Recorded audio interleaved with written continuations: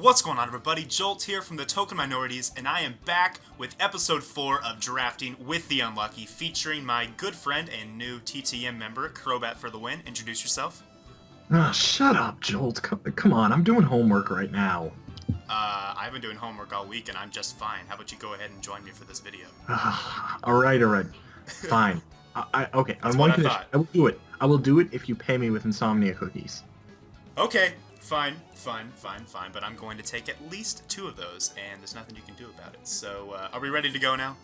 I think we are definitely ready to go. Okay, good. Jumping into the actual video. So, today's video is going to be drafting around a type of core that we have not explored yet in this series, and that is a hyper-offensive core. I know there have been really several suggestions or requests for us to draft around a hyper-offensive core, or at least to draft a more offensive team, and that is what we're going to try to do in this video. And the core that we are going to be looking at for this video is Latias, Mega Diancie, and Scizor. So a very powerful Dragon Steel Fairy offensive core that we think has a lot of promise to make a really nice draft around it. But before we jump into the actual drafting process, let's take a look at the theme of the day, which is, unsurprisingly, hyper offense. But hyper offense is not exactly my forte, and it's not Dance's either from what I've seen, so we're not going to be the ones talking about this. We're actually going to turn it over to a special guest for today's video, Skyrander of the TBU. Take it away. What's up, guys? The name is Skyrander, and I am here today to tell you guys about hyper-offensive playstyle, of course in the league format. Having that said, one really has to explain, of course, what hyper-offensive playstyle is all about. And the short story is, it is exactly as it sounds. It's a playstyle where you basically use as many sweepers or defensive offensive mons as possible. Defensive offensive mons is usually what you guys would call tanks or wall breaker, which are mons that could take a hit and retaliate really efficiently. Usually these guys comes off as not as defensive as usual. They usually have their damage output at the same, basically able to soak a hit outside of the primary sweepers that you will be using.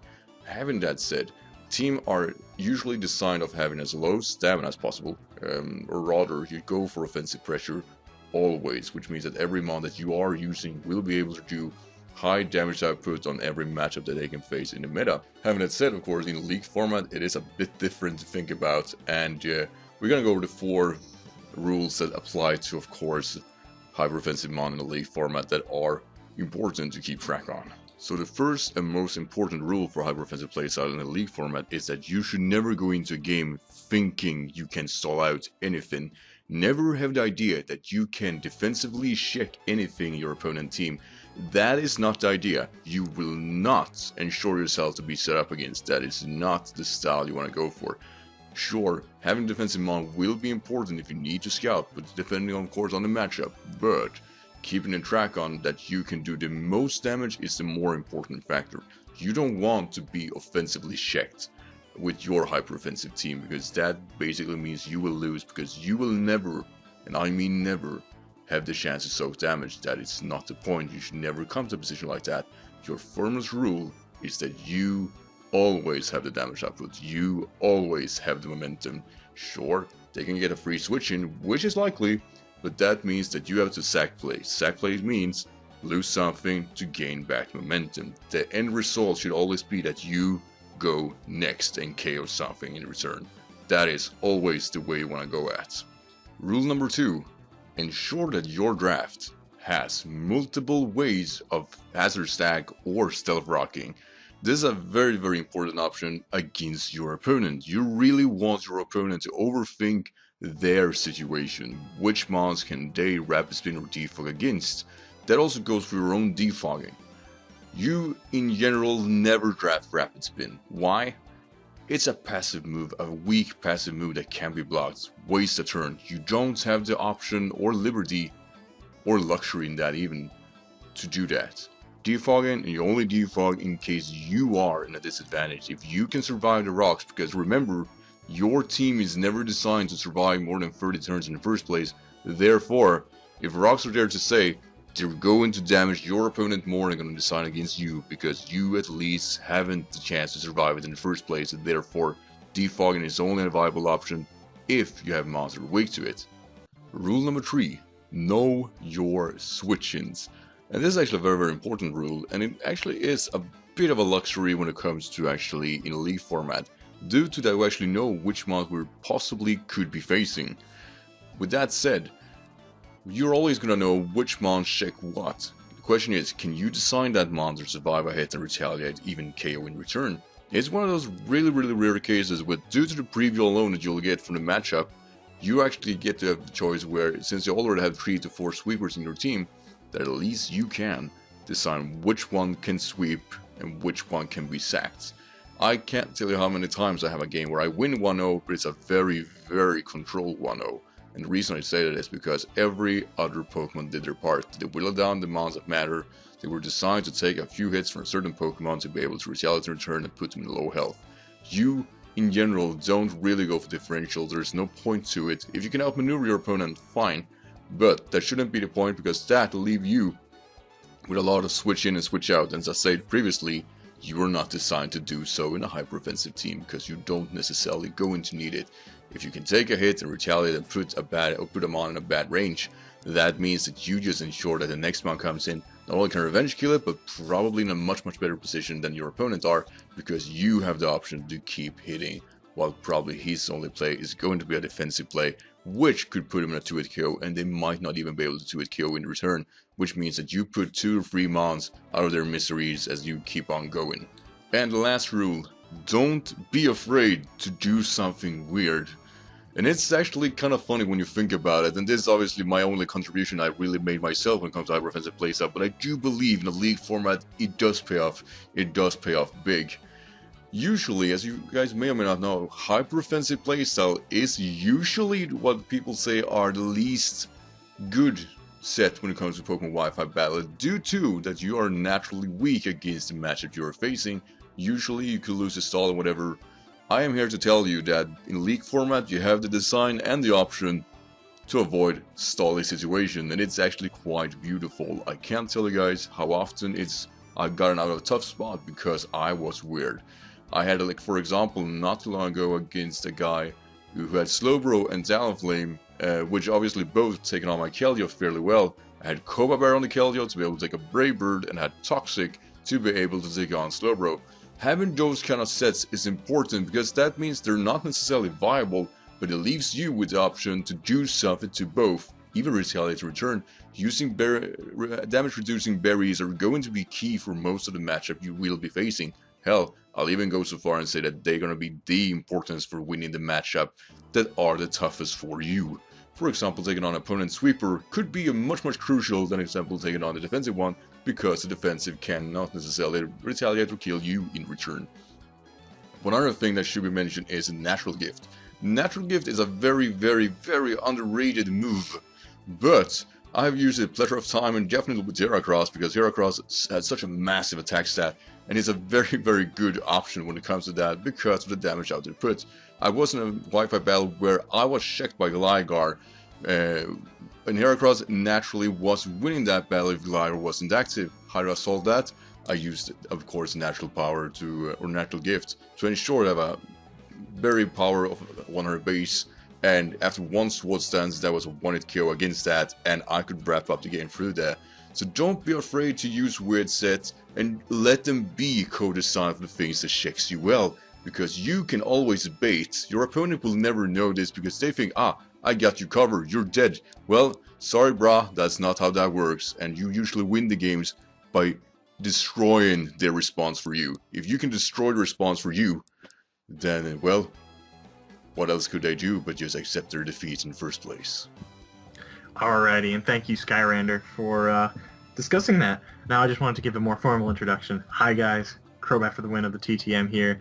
I apologize for that really fun intro at the beginning, but we have bigger and better things to move on to, so let's jump right into the roles for our hyper-offensive draft. For our hyper-offensive draft, we do have some important roles. We definitely need 2 strong priority options, whether that be like an Extreme Speed, Mach Punch, Aqua Jet, something like that.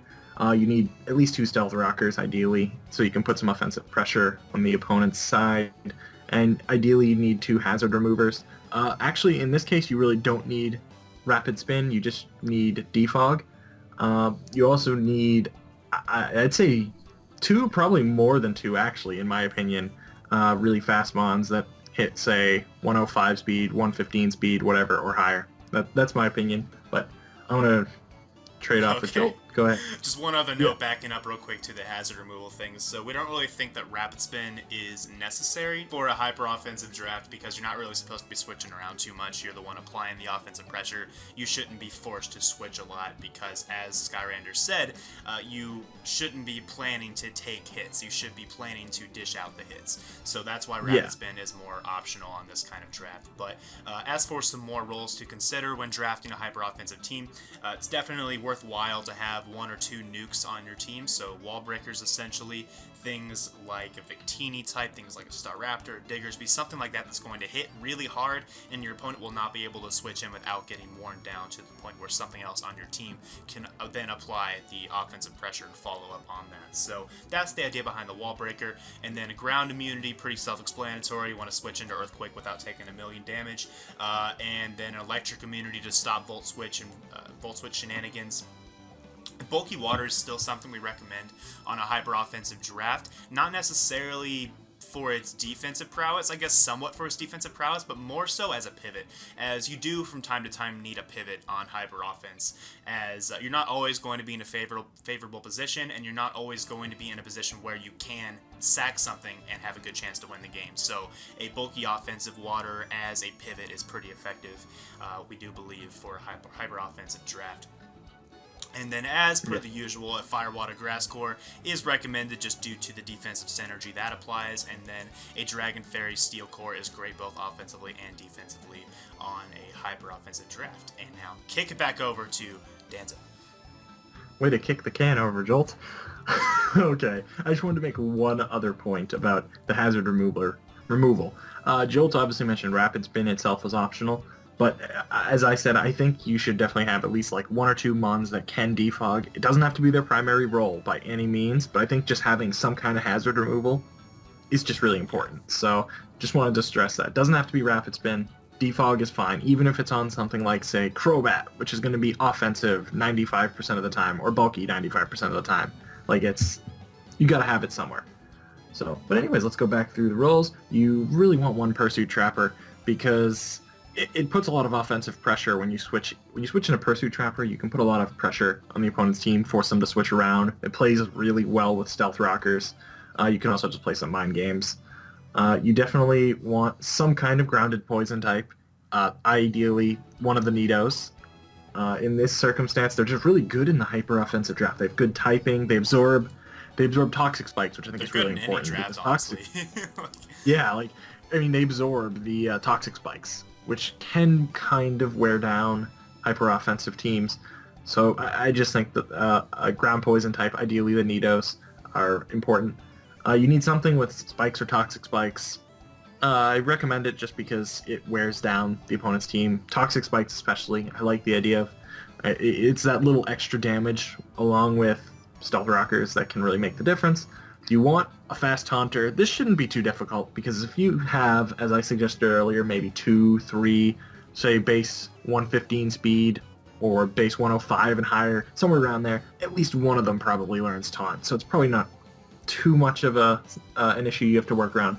And finally, you need to have a bird spam check, something that can take a Talonflame attack. I know it's hyper offense, but you do need just a couple. Yeah, because the thing about Talonflame is Talonflame doesn't care how fast you are because of Brave Bird, so you want to have something. I think the best way of putting... sorry to interrupt. I think the best way of putting it, though, is just you need a couple of tanks that can take the bird spam. Not too many tanks, though, otherwise it turns into bulky offense, so it's pretty much a fine line between the two. You don't want too many, but you do need, one, maybe two, just to take an attack like that. Yeah, things that can take any one hit would be good, for sure. But yeah, that's basically our summary of the hyper-offensive roles. But then again, we're not the experts on this topic, and we don't claim to be. We claim that Skyrander is probably one of the best, if not the best, hyper-offensive draft player around. So we certainly trust his opinion over ours on this. So if he disagrees with us, then listen to him, not to us. So with that said, we're actually going to kick it back over to Skyrander. So now that I introduced rules, I'm pretty sure that both, of course, Jolt and Crobat has introduced you guys what they see fitting when it comes to hyper-offensive playstyle, what is expected, what is the difference, of course, with the leagues you want to draft. We have doing this a bit differently. Since I'm a part of the Battle Union, or TBU, I have the option to, of course, tell you guys about that league and how we draft. And TBU is a bit different. It's a point system league which is not based on the tiers whatsoever, but more the viability of course, the Pokemons themselves. So usually you end up with a pretty much, one would say, at least 2 to 3 Pokemons that are extremely viable, and then a lot of mons that are, well, not as viable. They can differentiate depending on what kind of tier they are. Like I said, it's not based on that, it's based on how effective they can be in, of course, a league format. So with that said, we're going to actually do exactly just so. We're going to aim for building a draft league team, an ideal draft league team for a hyper offensive team in TBU. So the first thing you want to do when you, of course, are playing hyper offensively is to ensure that you get that Fairy Dragon Steel core that, you know, everybody's drafting, everybody's after.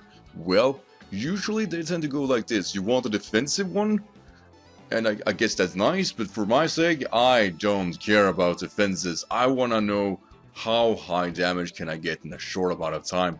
These free typing solves that, and with ease, really, with big ease. So the first Pokemon we're gonna grab is Diancie, of course, the Mega form.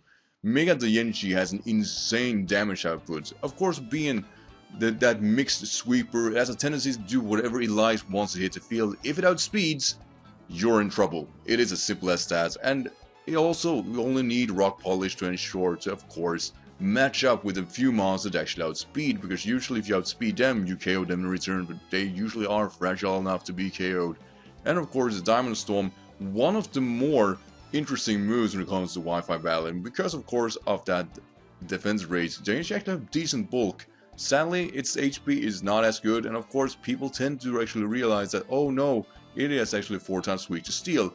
Well, you have 11 other monsters to draft, and you figure out how to solve that, but trust me, nothing wants to switch in on Diancie, and the few that do still aren't able to stay in against it. Diancie is very often 2-hit KOing pretty much anyone on the field, therefore Mega Diancie is a very, very easy choice for a hyper offensive team. And that will of course be followed up with, of course, like I said, we have the Fairy, now we need a Dragon. Best kind of dragon you can get is Latias or Latios. Latias is the more preferable one due to its moveset, but Latios does solve the case of course being just as important depending on how you want to use it. Latios is the more offensive one. Latias has the option of course Healing Wish. And Healing Wish is a big deal if you have this in design not to have the stamina in the first place for your mons, of course. Having that said, Latias and Latios does feel the spot of being extremely pressuring when it comes to Dragon Stab, which is the foremost reason you want to use it. But also it has access to defog. You really want a defogger that can and will be able to defog securely and not necessarily be weak to rocks. Being weak to rocks like Golbat, Crobat, stuff like that, it's annoying. It's super annoying. You don't want to have that. You really want something that at least come in naturally on it. Hell, Empoleon even, you know, resisted is very nice too. But trust me, if you have the option, get the Dragon Twins. The next one we're gonna draft is of course that steel type that we've been longing for so much, and believe me, it's not Ferrothorn. It is not Ferrothorn. It is Scizor.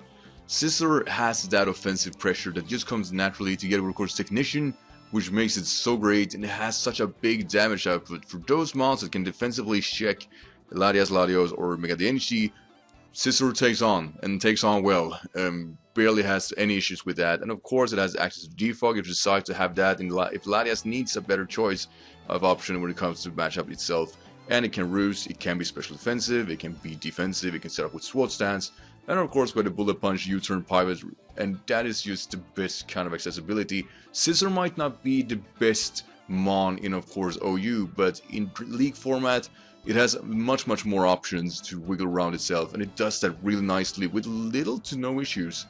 And as long as you keep your overall Arcane team somewhat healthy, Scizor has the ways to get out, much like Diancie, which is what you want. Fire type is the only type damage it is weak to, and with Diancie and Latias or Latios, you should be able to wiggle around that with little to no issue throughout the game. And from here on out, they're basically just to ensure that you get the rest that is needed. For our next pick, Entei was fitting just that bar. Entei is one of the few mons that of course has Sacred Fire. Sacred Fire is not an offensive good move, but it can also ensure of course a burn much like Scald, which means that Entei plays a whole other ball game. It is probably not the fastest one due to you being forced to actually, you have to use Extreme Speed is what I'm trying to say, which means you will always be adamant, which means that you will be dealing with 85 base speed mons instead of course of 100. You could go 100 base power or base if you want that, but missing out on extreme speed is a very bad option. I don't recommend it ever. But yeah, Entei's primary role is of course to be that extreme hyper offensive fire type, because trust me, if you're gonna draft a fire type, you definitely want to get that early, because the ones that are in the lower tiers tend to be a bit more defensive or specially oriented. And trust me, you want that physical orientation, and you really don't want to have more residual damage for the likes of Flablets and stuff like that. You want the consistent Sacred Fire to be your primary damage output when it comes to fire moves, and trust me, Entei is that guy for you. For our next pick, we're actually gonna bring in Nidoqueen. So we get, of course, one thing that is super important for a hyper offensive team. Grounded poison type. You really don't want to be the guy that are in some kind of situation when it comes to people setting up Toxic Spike. If you have a mon that's grounded, you of course get rid of Toxic Spikes, which means no more passive damage for you, as long as Nidoqueen is of course active. Having that said, Nidoqueen has access to Toxic Spike and of course Stealth Rocks together with Sheer Force, so it has a very big easy damage output, and it's a very complex. Of course, its bigger brother Nidoking is faster, a bit stronger, but trust me, this time you're not going to be focusing on being offensively. Nidoqueen's primary role will be to be a defensive pilot, but it has the option to be offensive. And I say it has. Shouldn't aim for it, but if you must, together with of course being a lot of fairy types that could offensively check you, then that's the time when Nidoqueen have to step up. But outside of that, Nidoqueen is a great hazard setter and a great defensive mon, and should definitely be utilized as often as it can, because it checks a lot of mons naturally by its typing alone. The next Pokemon that's going to be drafted here is Tyrantrum.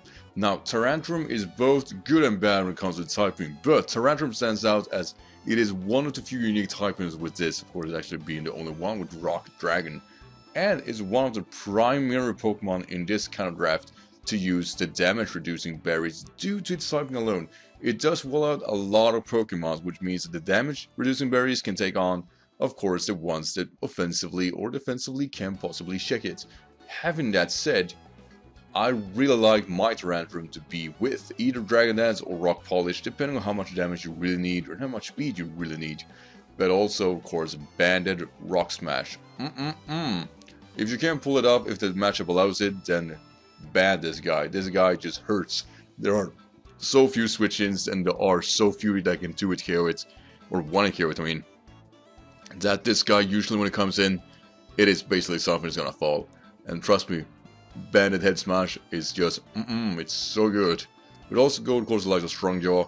If you want to utilize that, it has the option to go with Fang moves, and trust me, if the option is allowed, being able to Dragon Dance and then being able to one-hit KO a Garchomp is super viable. It is super important. Tyrantrum is probably one of the few dragons that can do this really naturally. Now, I would say this though, if Latias or Latios or Mega Diancie is fitting the matchup, don't use Tyrantrum. Tyrantrum is only there because of its physical damage output, and it's only necessary if the opposing team has ability to void it off, such as of course like a Blissey and Snorlax, which could be annoying, then Tyrantrum is your guy. The next pick is actually our first real passive Pokemon, Jellicent. Now, Jellicent is an ideal spin blocker. It does wall naturally a lot of spinners with of course its typing of Water and Ghost. Water is also one of the primary typings that are good defensively. Now, one would say, you know, you can draft the likes of Melodic, Jellicent, Almamola, but trust me, Jellicent does two things really good, and you want those factors to always be a factor when you do, of course, the likes of your matchup. Having that said, Jellicent also has a lot of great moves, such as Giga Drain, Ice Beam, outside of course the Scald, Shadow Sneak, I was gonna say with Shadow Ball of course, or Hex. And of course Willow, Recover. This is one of the few Pokemons that naturally can deal with a lot of OU mons naturally because of its evasive typing. You have a few things to watch out for, but so far you have the draft to pull that off. And we actually got the water type and the fire type, which are so important to get early. And these are mons that, this is the mon that you really want because of the roles it fits for your future draft. Plus, of course, due to its defensive typing, you can scout effectively without risking too much, find out which Pokemon is what, without actually losing the Pokemon due to its great bulk alone. So now it's time to, of course, grab that grass type, and usually the grass types are reserved, of course, defensive role. We're saying, fuck that, we need something offensive, and really there aren't really that many. Usually, or naturally, this spot was actually designed for Breloom at the first place, but due to the design of the draft and the point system of TBU, we are going to draft Virizion, and trust me, Virizion is just the next best thing. Being able to set up, of course, Sword Stance and Calm Mind, it actually is a very good mixed possible sweeper, together with a very nasty speed tier. It actually is able to deal with a plethora of mon due to, of course, its offensive typing alone. And of course, it has a very good move pool. Obviously, its special move pool is not as good as its offensive one, but you have the option to be either one or both. And of course, it has Synthesize if you want to recover damage, and of course, Giga Drain, that is one option.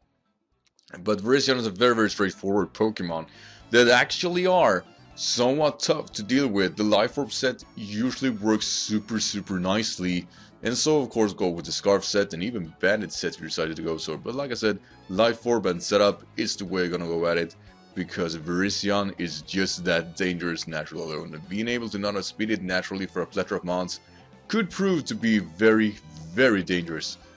And the next Pokemon is going to be a special rank Pokemon. There are some ranked Pokemons that are below what you can draft in TBU, which means that they have to be a part of your draft at all time.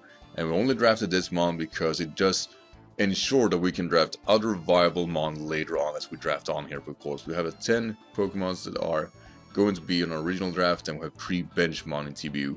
So having that said, our next pick is Tauros. Tauros is an extremely dangerous Pokemon in draft format. Why? It has the ability to be whatever it likes. It is one of those mons that it doesn't have any special attack, but it has the option to attack special offensively due to Life Orb Sheer Force. Usually this thing is more than plenty for a lot of matchup, and its creepy ass speed tier of 110 ensures it deals with a plethora of offensive mon naturally and probably can KO them in return.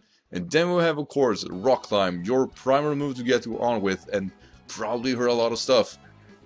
Yeah, if you land it, you will get hurt, and a lot really. And then you have Sun Headbutt, Iron Head, Rock Slide, Iron Tail if you want to take that route. So it has a plethora of moves. You have, of course, Pursuit, you can Pursuit trap things, and of course Earthquake.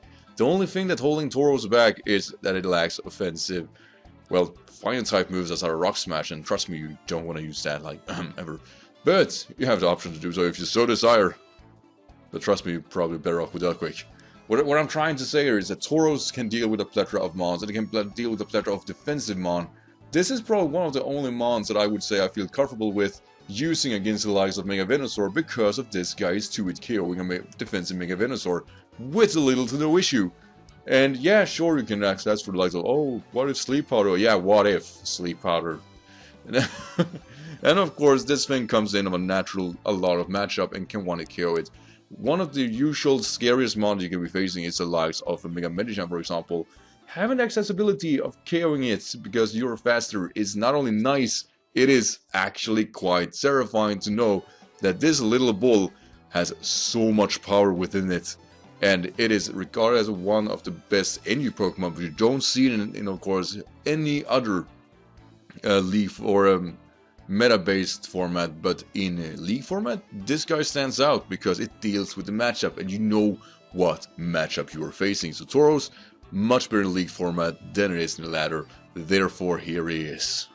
And now, it's time to get those bench mons. And actually, the reason these are the ones that are bench, because you can only unbench 1 week at a time when it comes to these Pokemon back and forth.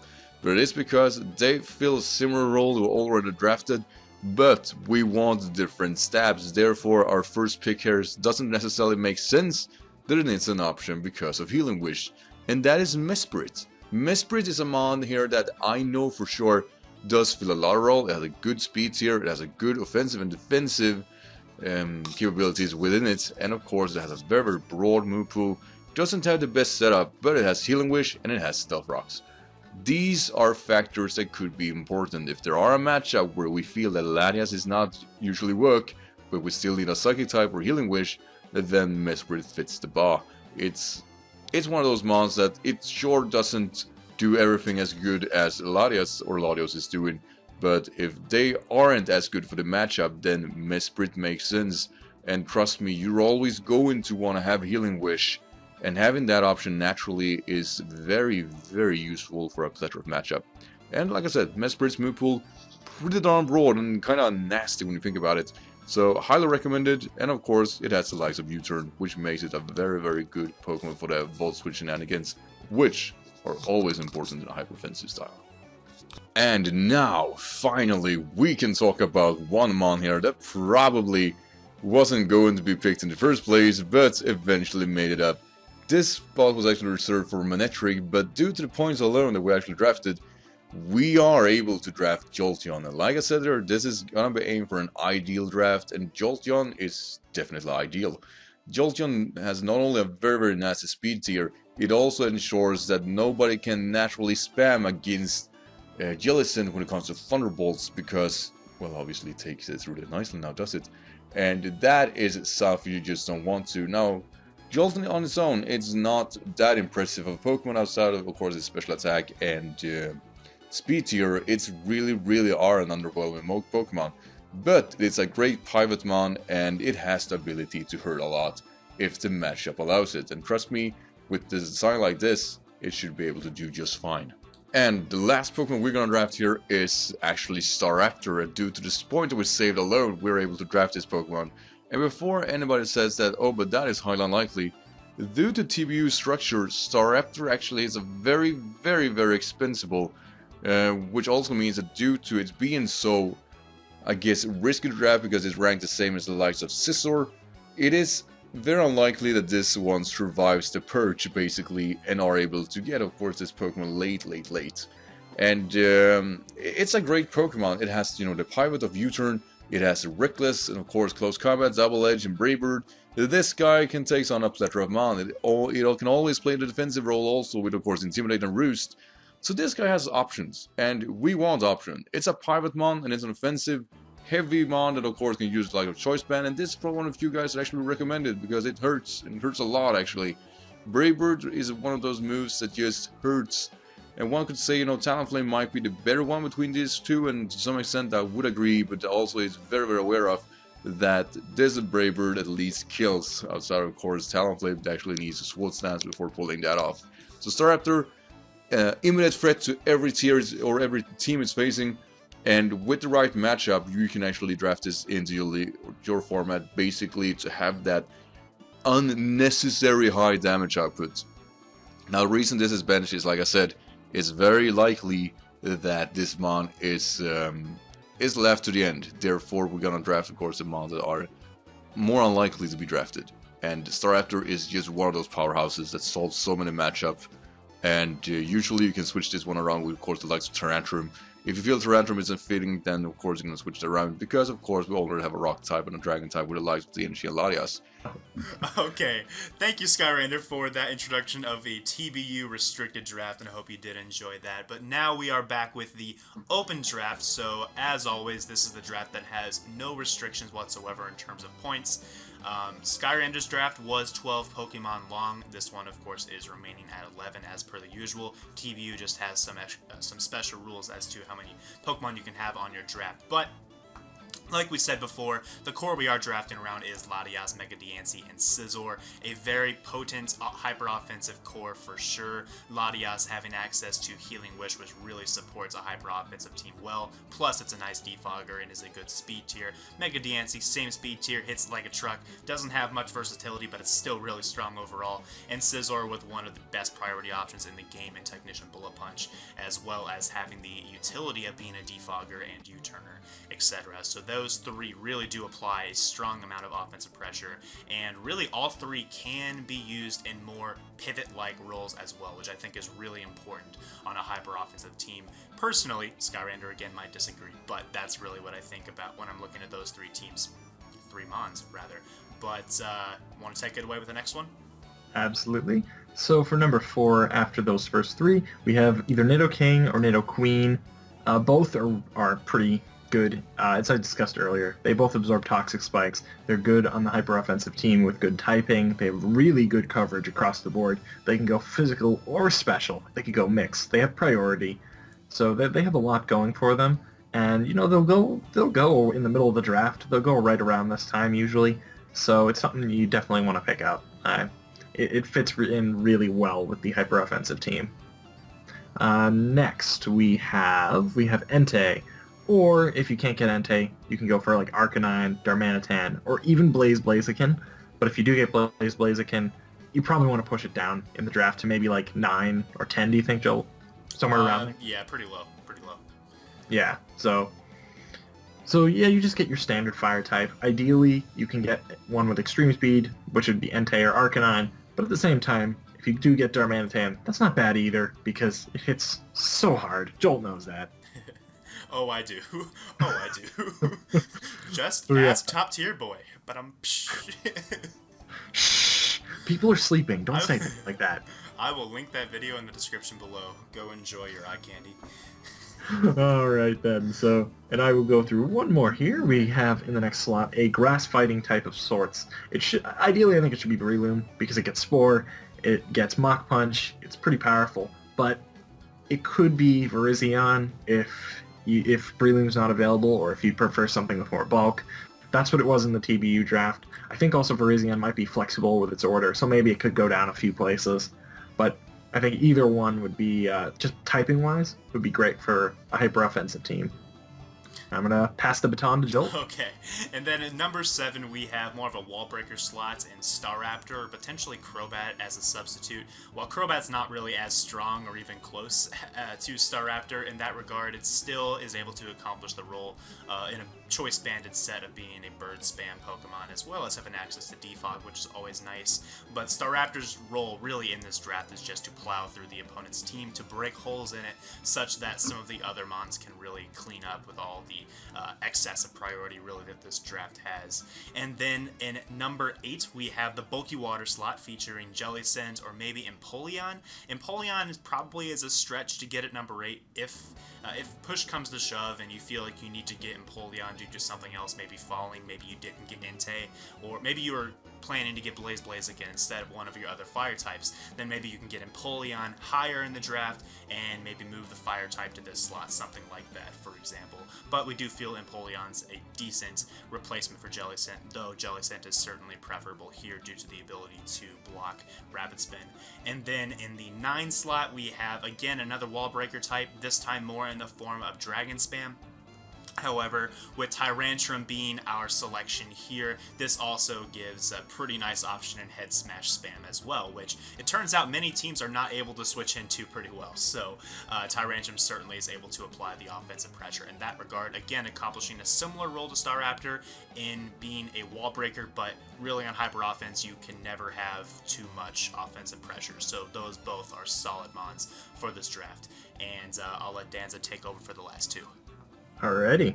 In the 10th slot, you definitely want some kind of a Pixie. It would be Mesprit, most likely. I don't think you'd get a Zelf at this point, so... It's possible. Sometimes it's possible, drafted, so... I mean, it's possible, but I think Mesprit's the best all-around just because it has pretty good bulk, it has pretty good offenses, and decent speed. I think it's 80. So it can run, a good Scarf set, and it also has a really solid move pool, physical and special, so I think it fits the bill perfectly, although... Uxie is on the table as well, although I don't think it fits as well in a hyper-offensive team just due to the fact that its offenses are a bit lower. It still could be the 1 or 2 tank type Pokemon on your team. I think Uxie's okay because it's able to pivot with U-turn pretty well still. That's the one thing that saves it. That's the one thing that saves it. Even though it doesn't hit that hard, it can be a decent, offensive type of tank because it has U-turn. And obviously, I doubt it would be this low, but if it is, a Zelf is always on the table. And in the last slot, you definitely want some kind of an electric type. There's Manectric, which I think is preferable, but if through some miracle Jolteon makes it to 11, go for that. And if neither of those are available, Rotom Ghosts is probably still going to be there. And it's actually pretty good. It has good speed.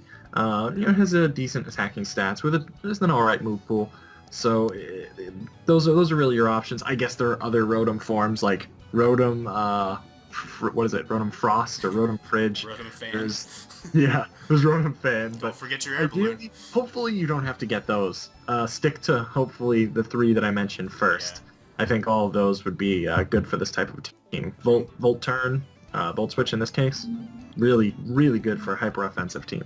And one note as well on Rotom Ghost, it's more something you should consider if you do not get Jellicent, because it's really unnecessary in my opinion to have both Jellicent and Rotom Ghost, as they will accomplish similar roles on your team, so that's just something to keep in mind there. If you do have Jellicent, definitely focus on more of a pure electric type for that slot. So that does wrap up the draft, and with this draft we did, I believe, accomplish all of our roles that we laid out for a hyper offensive build.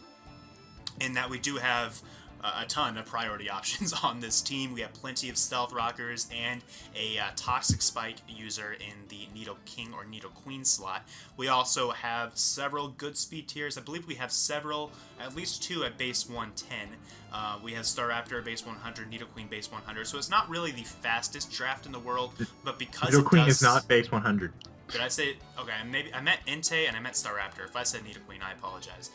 I think you did, but that's okay. I'm sorry to interrupt. I'm sorry. Anyways, but what I was going to say is that it's not really the hugest deal that we do have. Maybe more or less a slower team than what might be ideal, because we do have so many priority options coming from Scizor, Entei, even Nidoqueen and Breloom, of course. All those being able to really cover up well for the more slow team that we are working with here. Yeah. And we have plenty of nukes, as we already talked about, not even briefly, extensively we talked about that. And, excuse me, we have the ground type in Nidoqueen, we have the electric immunity, and then we have, let's see, the ground immunity as well in Latias and Mesprit and Staraptor. We've got plenty of those going on. We have the Dragon Steel Fairy Core right off the bat. We do have the Fire Water Grass Core. We have a Pursuit Trapper in Scizor. Do we have any other Pursuit Trappers? I think Staraptor gets Pursuit, right? I think it gets Pursuit. It does, and Crobat actually does too. Hey, I'm not saying it's going to hit very hard, but they do. It counts. It counts. Yep. We have the grounded poison type in Nidoqueen or Nidoking, and fast taunters. I believe we have Staraptor. I'm sure it gets taunt. I know Jellicent gets taunt. Does Staraptor get taunt? I'm actually not sure on that. I feel like it should. It would make sense if it did. I'm not sure. I'm not going to comment on that. You can look that up. And I'm just going to take a stab in the dark and say Staraptor gets taunt, but at the very least, Jellicent does. I was going to talk about how great it is that Rotom Ghost has Sucker Punch. There's your top. I'm sorry, I missed that one. But one more thing to note, we do have a bird check, as Tyrantrum actually can chew hits from Talonflame all day long, so that's pretty awesome as well. Yes, but we did indeed accomplish all the roles. And one other thing that I think is really important to note, you mentioned that although I think, generally speaking, it might be better to have a few more fast Mons, actually, I like the way this team is set up because it lends itself to run a triple Scarf team. That's true. That's true. I know Tom Z would not really like that very much, and I don't even know, he's probably not even going to watch this, but if he does, shout out to that moment when I brought 3 Scarves. But actually, this is actually a good team that lends itself to that. They're right around, a lot of things right around between 80 to 100 speed, and so that would lend itself to a lot of Scarves. Yeah. And you could really trick your opponent out by running 3 of them, or even 2. Very good point. Very good point. I agree entirely. Staraptor is very commonly a Scarf Pokemon. Breloom can run a Choice Scarf, even though I believe it's below base 80. Is it base 60? It's pretty slow. I think it's base 70, actually. Anyways, it's with 70. the Scarf, okay, with the Scarf, it's still able to outspeed most things and do really well in that regard, and we have several other potential options for that too. So, yeah, I do like the draft overall. It's supported by Healing Wish from Megalodios. It really becomes pretty threatening in my opinion. But this video's probably been really long at this point, so we should probably go ahead and cut it off here. I hope you did enjoy episode 4 of Drafting with the Unlucky, and let us know what you think about our draft. Let us know what you think about Skyrander's draft in the comments below. We're definitely interested in hearing what you think on that and as always, please do leave suggestions as to cores that we can build around in future episodes, as of course this series will continue, and we do definitely appreciate the input so that we have ideas as to how to build around, or as how to build for our future episodes. So thanks again for watching, guys, and we will see you all in the next one. Peace. Alrighty, and rate, comment, subscribe. Be sure to leave a like if you want Jolt to give me my insomnia cookies, and peace out.